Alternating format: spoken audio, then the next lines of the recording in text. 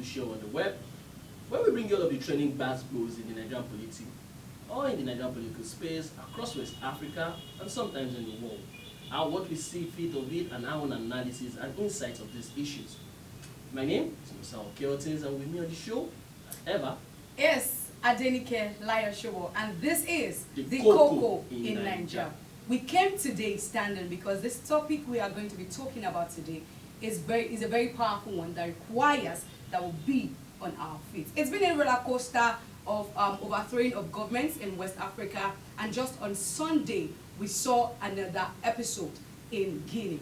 We've had in Mali, we've had in Chad, and this Guinean overthrowing of the government makes it the third one in the last a 12 months. year. Yeah. So President Alpha Conde of Guinea has been overthrown by Mamadi Doumbouya, a military official that led a coup which saw the overthrowing of the president. Their reasons are because of poverty level in the nation, because of corruption, and then, you know, according to them, the president had turned the natural resources and the nation as a whole to his own business, ruling it as he likes. And this brings us to the question and the very thing we'll be discussing today.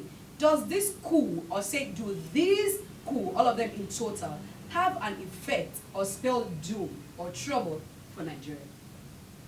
First, I would say no, it doesn't spell doom for Nigeria, but it does spell doom for the West African region, and it does spell doom also for presidents who have perpetuated themselves in power for longer than 10 to 15 years, say, you know.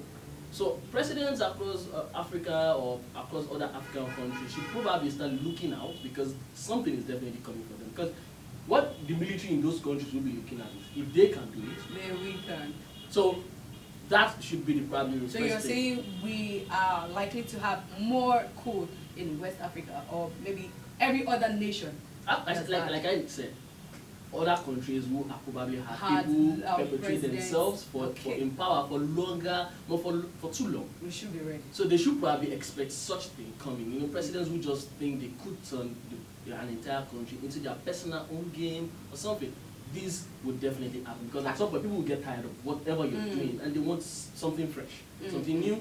And especially if those countries are going through as much corruption as these other African countries are actually going through, then you should expect that. Well, I think I also agree with you on the fact that it doesn't affect Nigeria so much, but it doesn't spell doom for Nigeria. It doesn't spell doom for Nigeria, but I think it does affect Nigeria to a large extent. Yeah, of course, that's what I was going to say, that it affects us because it brings more responsibilities on Nigeria, because Nigeria is the giant of Africa, and we are like the United States, you know, of the African region. And, you know, the government will want to try as much as possible to ensure that there is peace, there is order, and, you know, everything, stability in these nations. You know, we had envoy to Mali, envoy to Chad, you know, when their issues broke out. So most likely, this is more responsibilities for Nigeria. And I also think in time of chaos, it's gonna be a big deal. I do think how it probably could affect Nigeria is with all of these happenings in these countries, you know, having three, and the countries which are actually connected to them,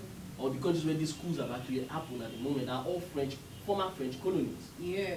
Mali was a French colony, Mali. Chad is a former French colony, and even Guinea. Yes. So if all these three former French colonies are going through this country, my question is, where exactly is France? What is France doing about these things? And now I think it probably would affect all West African countries. We do know West African countries. We have this group, the ECOWAS, where there's it just feels like ECOWAS is not even doing anything, as a matter of fact. It is doing something, but it just feels maybe not. It is, but just maybe they are not strong enough. Because yes, when Mali case happened, I think the ECOWAS sent an order that they should go back to democratic system, they should do this, but till today, it's over 1 year now, till today. They did make a sanction. They did make a sanction on them, and is it an interim government was put in place, but that didn't last more than just 3 months. And then the same colonel that led the former coup came back and then pushed out the interim government. You just feel like all of these organizations do not just have that power.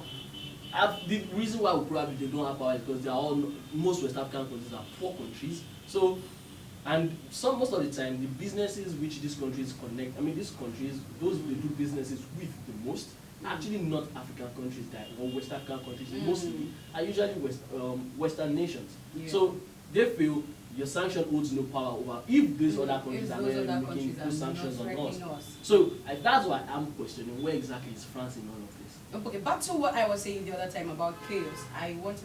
Yeah. No, I do think where it has a huge impact is if just think about it. 3 countries in West Africa are currently in a coup. I mean, are currently in the military system. Yeah. So if war do break out, hopefully not, maybe war or there's larger chaos in these countries at the same time or around the same time, Nigeria will be pressured because there will be instability, and these guys will look for ways, refugee camps, they will break out. So definitely there will be pressure on, say, Ghana, and Nigeria. We have something in common with them. Majority of these nations. Yeah, we do. Yeah, Fulanis. They do have like just pointing it out. Guinea have just 2 main ethnic groups: the Fulanis and the Malikas. Yeah. In Chad, mostly Fulanis. In Mali, they have 80% Fulanis. War has not broken out, and we are complaining of Fulanis from Mali coming to Nigeria, and you cannot even differentiate properly whom they are. So if nothing will happen. We are hoping and praying, but if anything just happens, it is military. At some point, chaos will break out, and then it will just put pressure on all of these West African countries. There are little infrastructure that is not enough. In Nigeria, and considering our porous borders, these people will just rush in. They more trooping in and then creating more chaos. Moving on.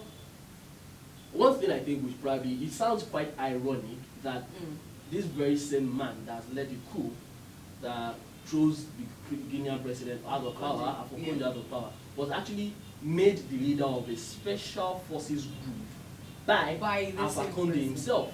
So it does sound, and look, he tried saying there have been claims or allegations that Alpha Conde has been putting people from his ethnic groups mostly in power.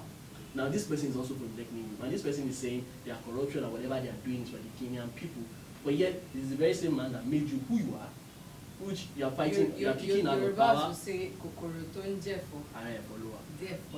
whichever way. So, I also think I should ask this question. Do you think this will motivate Nigerian military?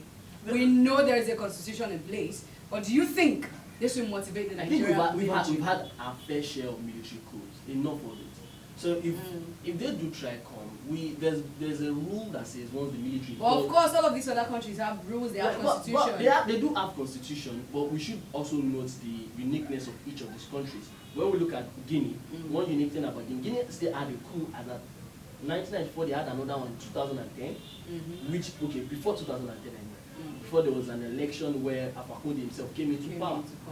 This is their best and democratically elected president, which is Alpha Conde, and now they're going back into a military or an authoritarian dictatorial rule. We will be sitting to watch how long it will take them, or a transition government that will be put in place for a transition back into democracy. At least they said this is for the better of the nation. So let's see how this. We hope it does tend to be for the better. Well, my name remains Nosa Oke-Hortons. And signing out with me is Adenike Layo Sobo. Thank you so much for joining us today. Remember to like, to comment, to share this video, and then subscribe to our YouTube channel. See you again on the KOKO in Naija.